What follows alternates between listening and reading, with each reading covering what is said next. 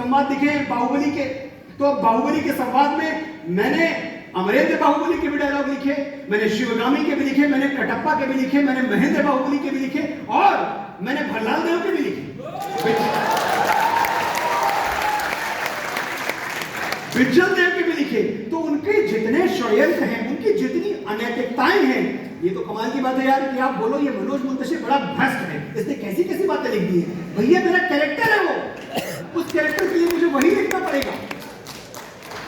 बाबा तुलसी देखिए, एक तो बहुत सारी ऐसी हमें बातें बताई गई कि ठीक है शायद छपने में अशुद्धि थी, ये जितने भी वर्जन्स हैं सबको मेरा प्रणाम, सब सही होगा। लेकिन मैं इतना समझ पाया हूं कि अगर कोई अशुद्धि नहीं भी थी, अगर ये चौपाई है भी उसमें, तो ये एक खलनायक बोल रहा है, ये एक बेवकूफ बोल रहा है, मंद बुद्धि बोल रहा है, जड़ बुद्धि बोल रहा है, अहंकारी बोल रहा है। वो बाबा तुलसीदास के विचार कैसे हो गए? वो मेरे भगवान श्री राम के विचार कैसे हो गए? वो भगवान श्री राम जो अहिल्या को अपने पैरों से छू के जीवित कर देते हैं, जो शबरी के झूठे पैर खाते हैं, निषाद राज को अपने बगल बैठाते हैं, जो केवट के आगे सिर झुका देते हैं, ऐसे महान चरित्र को आप ये बताएं कि वंचित समाज से इनको द्रोह था। आप ये बताएं कि अच्छा, ये आप अगर बाबा तुलसीदास के पॉइंट ऑफ व्यू से भी देखें तो बाबा तुलसीदास ने ही तो रामचरितमानस में इन सबको सहनायक की भूमिका दी है। क्या लगता है? तो जब मैं केवट कहता हूं तो आपको हीरो ही याद आता है ना, एक सहनायक ही याद आता है। जब मैं कहता हूं आपसे, जब मैं अहिल्या का नाम लेता हूं तो आपको एक पवित्र स्त्री ही याद आती है। इन सबको इतनी बड़ी भूमिकाएं किसने दी है रामचरितमानस में? बाबा तुलसीदास ने दी है। अगर वो द्रोही होते, अगर वो वंचित समाज के द्रोही होते, से के विरोधी होते, अगर आप ये मान लीजिए कि वो स्त्रियों के विरोधी होते, तो इन सबको इतनी बड़ी भूमिकाएं क्यों देते? खैर वापस लौटते हैं। मैं ये कह रहा था कि मैं उस भारत से आता हूं जो ठुकराए हुए लोगों की शरणस्थली बन जाता है और 7 समंदर पार परदेशियों को भी सिस्टर्स एंड ब्रदर्स कह के बुलाता है। मैं उस भारत से आता हूं जिसने दुनिया को हितोपदेश दिया, कर्मयोग सिखाया, लेकिन खुद कभी अपना पराया नहीं सीख पाया। मेरा भारत वसुधैव कुटुंबकम के सिद्धांत पर जिया। अयम निजः परो वेति गणना लघुचेतसाम उदार चरिता नामता वसुधैव।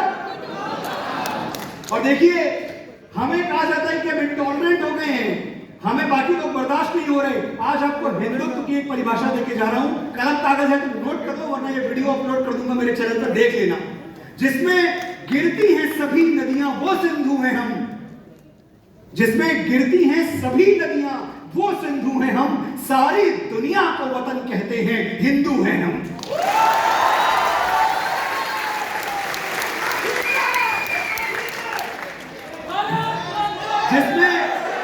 जिसमें गिरती हैं सभी नदियां वो सिंधु हैं हम, सारी दुनिया को वतन कहते हैं, हिंदू हैं। गर्व से कहिए आप हिंदू।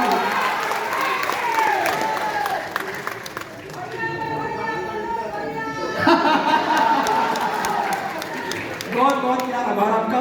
तो मैं अपनी बात आगे बढ़ाऊं कि मैं उस भारत से आता हूं जो वसुधैव कुटुंबकम के सिद्धांत पर जिया और जिसने स्वयं विष पी के पूरी दुनिया को अमृत दान किया। बोलो बाबा नीलकंठ की जय।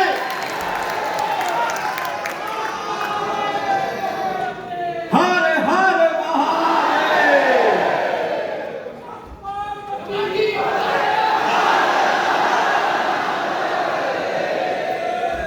मेरा भारत कर्मण्येवाधिकारस्ते गाता है, तीनों लोगों का स्वामी होके माखन चुराता है।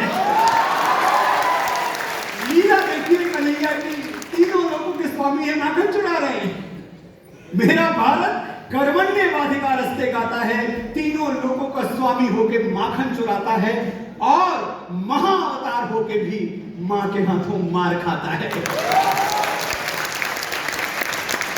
कन्हैया का वो मुख जिसमें पूरा ब्रह्मांड दिखाई देता था, उसी मुख मंडल पर मां यशोदा तमाचे लगाती है और वो तमाचे खाती है क्योंकि वो स्त्री उनकी मां है। ये है मातृत्व का सम्मान भारतवर्ष में। कितना कुछ सीखने को है, कहां से शुरू करें कहां खत्म करें। मैं गौतम के भारत से आता हूं जहां जनहित के लिए एक राजपुत्र सन्यासी हो जाता है।